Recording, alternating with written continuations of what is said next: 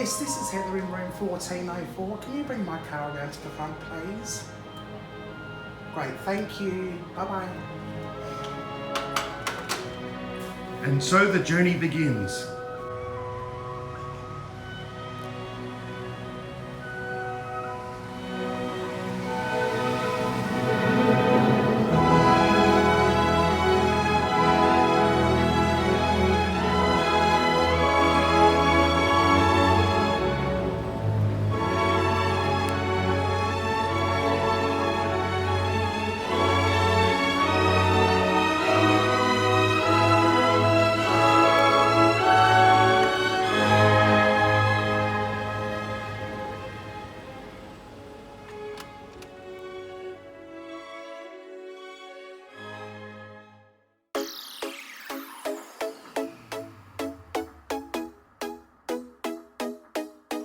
Hi everyone, welcome to my channel and welcome to Nevada. There's one thing that I love about Nevada is the fact that you can traipse the desert like a pack mule by day and trip the light fantastic in a cocktail dress and a glass of champagne in the glitz and glamour of the strip by night. If you like to plan your holidays, you can get some fantastic tours just by going online. Or if you're like me and like to wing your holiday a little bit, you can hire a car and drag somebody along with you to do all the driving. In the next few weeks, I'll be uploading some footage of my time at the Grand Canyon and Hoover Dam, so watch out for that. One of the things that I really wanted to see was the Titanic exhibition at the Luxor Hotel and Casino. We went there to book our tickets and got much more than we bargained for. Check this out.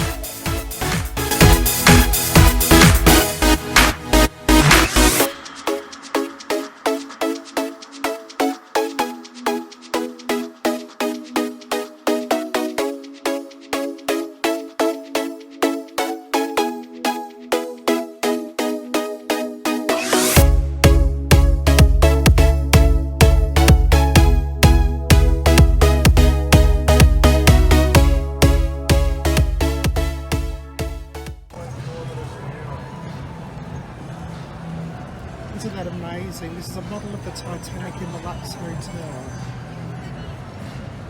We will be seeing this exhibition tomorrow afternoon.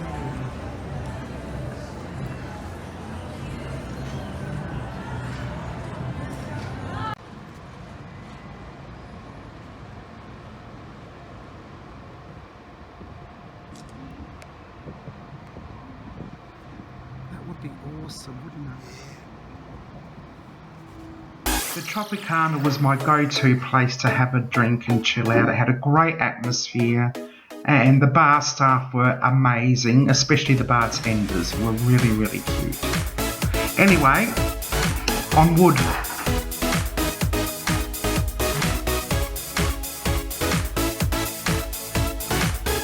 I was very much on a budget, so I decided to stay in a resort that was off-strip. All the resorts off-strip do have shuttle buses that leave at regular intervals to drive you to the south side of the strip and drive you back again. A great alternative to the shuttle buses, because you are limited as to where you can get dropped off and picked up, is the public transport system around the strip area.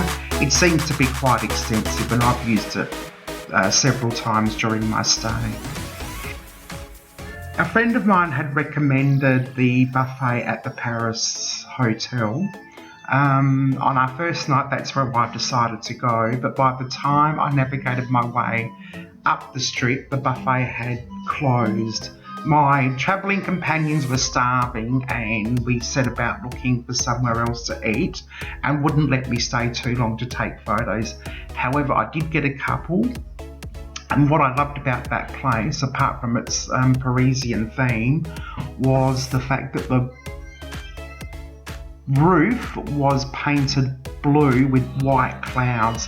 And even though you knew you're inside, it kind of looked like you were actually outside. It was really freaky, but the photos won't do it justice, but I think the Paris is a place worth visiting.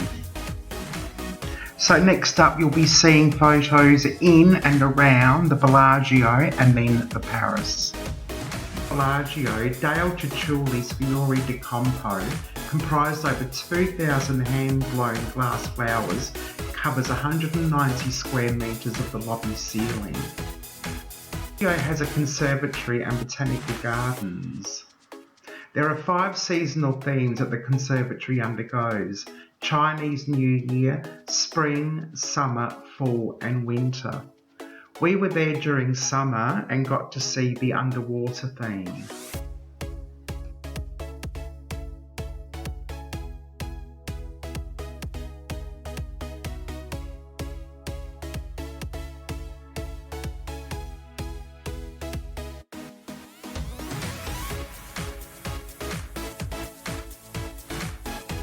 The summer display is usually very patriotic, featuring a lot of red, white and blue, and is dominated by hydrangeas.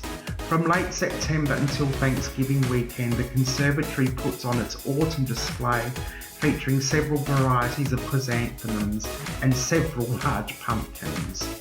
After Thanksgiving, the conservatory switches to its winter holiday display, which is dominated by a large centrepiece Christmas tree and several varieties of poinsettia.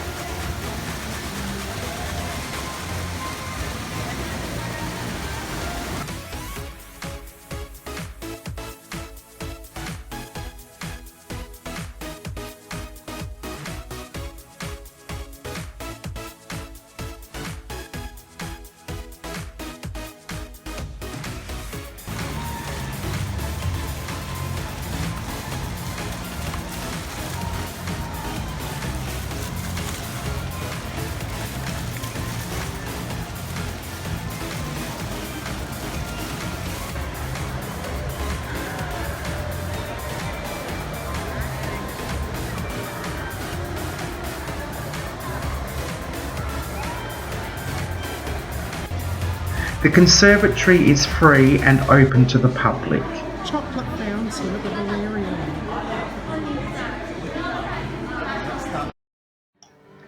For some reason, the Bellagio reminds me of a 21st century Titanic.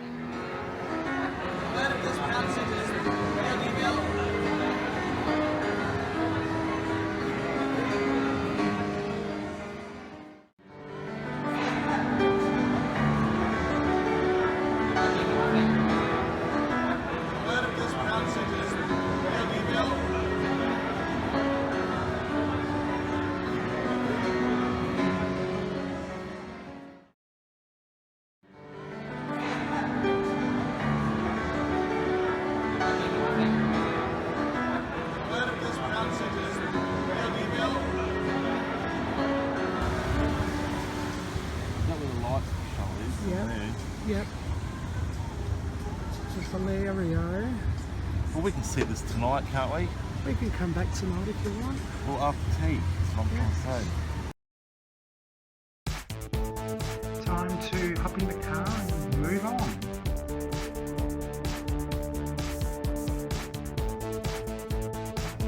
Our main goal in this trip was to see the Stratosphere, which I think has recently been renamed to the Strat. We were walking the strip, and as we were coming across Caesar's Palace, we decided to go in and have a toilet break. We weren't expecting to be in awe of the architecture and statues inside Caesar's Palace, and spent an hour there looking around and checking things out.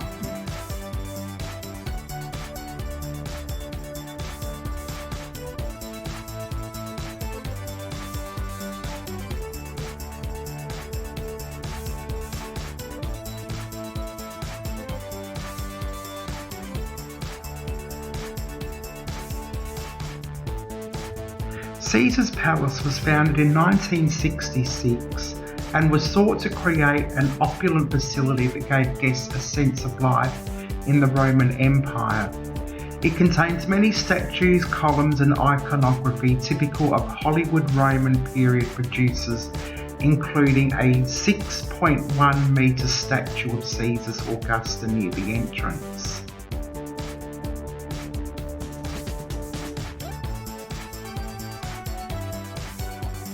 The hotel has operated as a host venue for live music and sports entertainment. In addition to holding boxing matches in the late 1970s, Caesars also hosted the Great Palace Grand Prix from 1981 to 1982.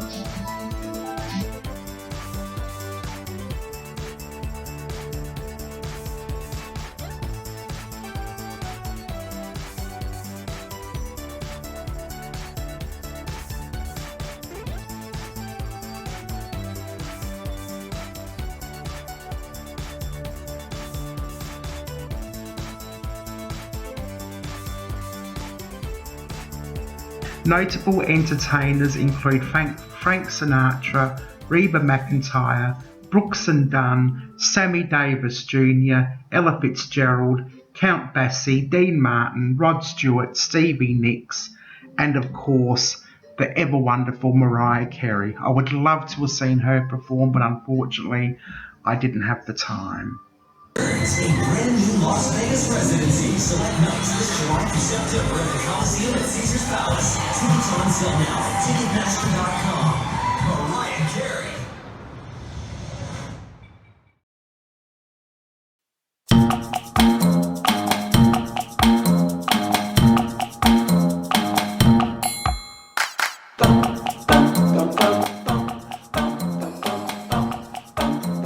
Time was marching on as we arrived towards Treasure Island and the Mirage. It looked interesting. We would like to have stayed and went inside, but we just wanted to get to the Stratosphere before it was too late.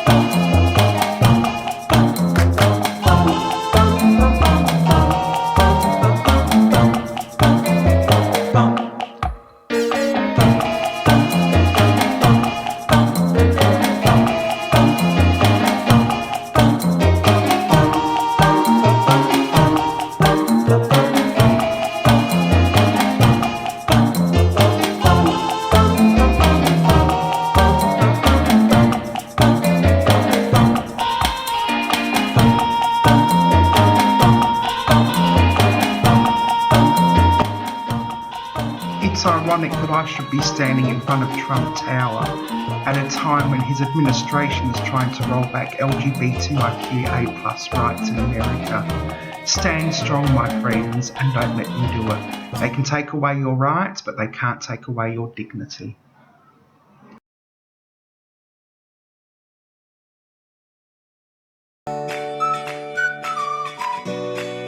As we were arriving to the Stratosphere, we went past Circus Circus. We took one look at it and it was faded and it looked really tacky, and we thought, oh no, we'll give this a miss. What we found out afterwards, and what we didn't realise at the time, was that Circus Circus was one of the oldest casinos in the Strip, and as a standing monument to times gone past of the old Las Vegas Strip. Had we known that, we definitely would have gone in and had a look at this piece of history. We got to the Stratosphere, but we were quite disappointed. The observation tower had closed, and the Stratosphere itself was very seedy and tacky, and quite dingy and dark compared to most of the casinos on the Strip. But I did notice there are a lot of sex workers there. You wouldn't know by the naked eye, but you know, it takes one to know one.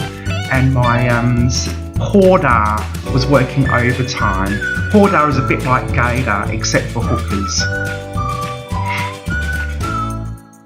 Marijuana had just been legalised in Nevada 2 days before we arrived in Las Vegas, so we had people offering us joints left and right, and already marijuana shops had been opened up, and no marijuana smoking signs were absolutely everywhere.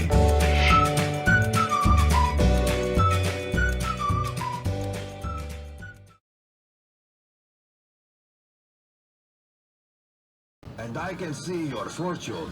Come see it too, no? The great Zoltar here. Listen to this, your fortune, for I tell you it is true.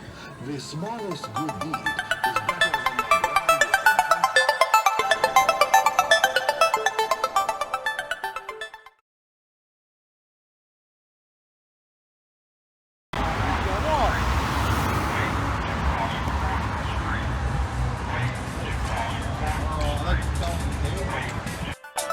We were in downtown Las Vegas at this point. It has a bit of a reputation.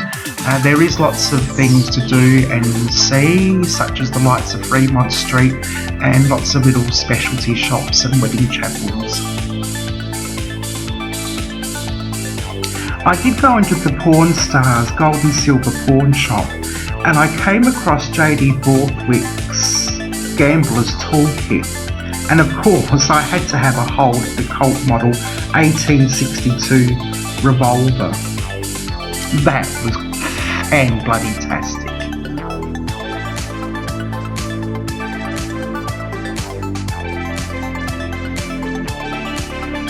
As the day comes to a close and the evening draws nigh, I really need to finish this video off with a few photos and videos of Las Vegas at nights.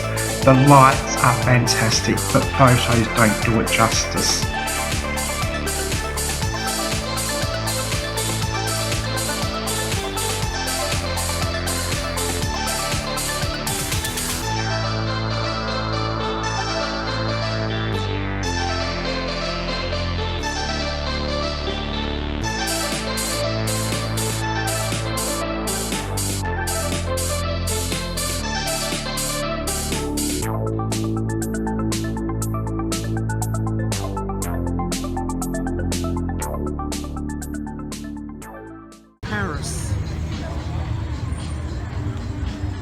Okay, this is the strip in Las Vegas. I am in absolute friggin' awe. Lights. It's actually sort of what I expected, to be honest.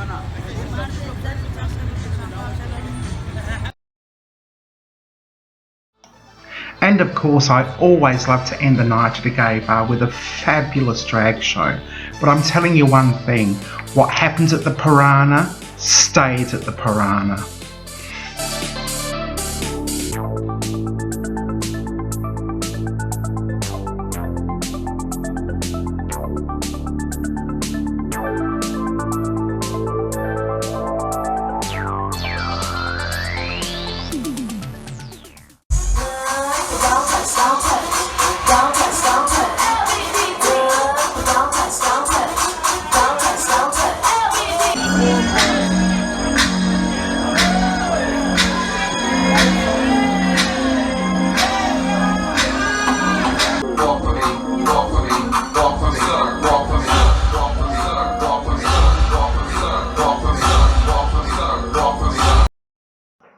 On that note, it's goodbye from me, and it's goodbye from my friend at the Silverton Hotel.